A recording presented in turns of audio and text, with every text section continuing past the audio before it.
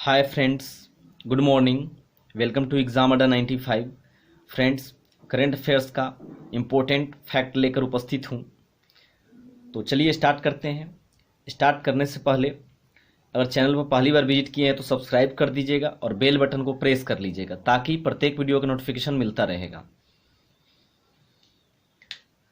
पहला प्रश्न है, भारतीय वायुसेना का विमान दुर्घटनाग्रस्त हुआ है।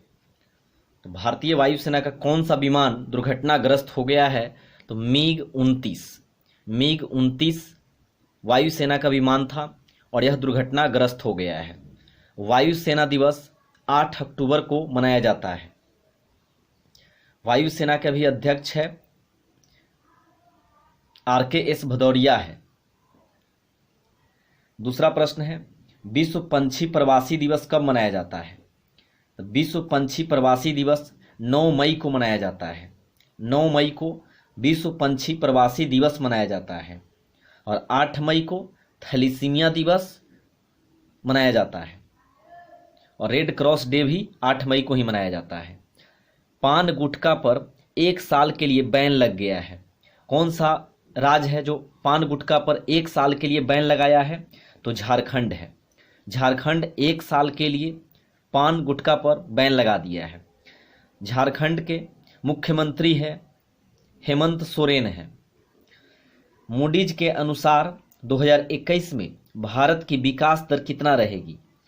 तो मूडीज के अनुसार 2021 में भारत की विकास दर 0.0% रहेगी। 0.0%। मेलबर्न क्रिकेट क्लब का अध्यक्ष किसे बनाया गया है? तो पहले से भी यही थे, कुमार संगकारा जी, लेकिन पुनः इनको फिर से अध्यक्ष बनाया गया है। मेलबर्न क्रिकेट क्लब का अध्यक्ष बनाया गया है कुमार संगकारा को। विश्व एथलेटिक्स दिवस कब मनाया जाता है? तो विश्व एथलेटिक्स दिवस 7 मई को मनाया जाता है। 7 मई को महाराणा प्रताप जी की 480वीं जयंती कब मनाई गई है? महाराणा प्रताप जी की 480वीं जयंती 9 मई को मनाई गई है। 9 मई को महाराणा प्रताप जी का जन्म 9 मई 1540 को हुआ था। 9 मई 1540 को। प्रवासी राहत मित्र एप्लीकेशन किसने लॉन्च की है?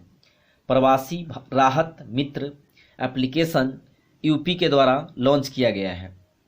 यूपी के मुख्यमंत्री है आदित्यनाथ योगी और राज्यपाल है आनंदीबेन पटेल।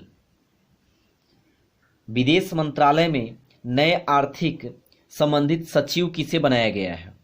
तो विदेश मंत्रालय में नए आर्थिक संबंधित सचिव बनाया गया है राहुल छाबरा को। राहुल छाबरा को बनाया गया है, विदेश मंत्रालय के नए आर्थिक संबंधित सचिव बनाया गया है। बहुत ही इंपॉर्टेंट प्रश्न है ई गवर्नेंस से और एग्जाम में पूछा जाता है ऐसा। ई गवर्नेंस पर 22वें राष्ट्रीय सम्मेलन कहाँ हुआ है? ई गवर्नेंस पर 22वें राष्ट्रीय सम्मेलन मेघालय में हुआ। मेघालय में। जनगणना 2021 कितनी भाषाओं में किया जाएगा? तो जनगणना 2021 16 भाषाओं में किया जाएगा। जनगणना संघ सूची का विषय है। पहली बार भारत में जनगणना 1872 में लॉर्ड मेयो के शासनकाल में किया गया था। उसके बाद नियमित जनगणना की जब बात आएगी तो 1881 में लॉर्ड रिपन के शासनकाल में हुआ था नियमित जनगणना, और एक नियम भी बन गया प्रत्येक 10 साल पर जनगणना होगी। तो जनगणना 2021 16 भाषाओं में किया जाएगा। रूस के पीएम कौन बने हैं? तो रूस के पीएम बने हैं मिखाइल मिशुस्टिन। मिखाइल मिशुस्टिन को रूस के पीएम बनाया गया है, प्रधानमंत्री। रूस के प्रेसिडेंट यानी कि राष्ट्रपति कौन है? तो व्लादिमीर पुतिन है। Vladimir Putin.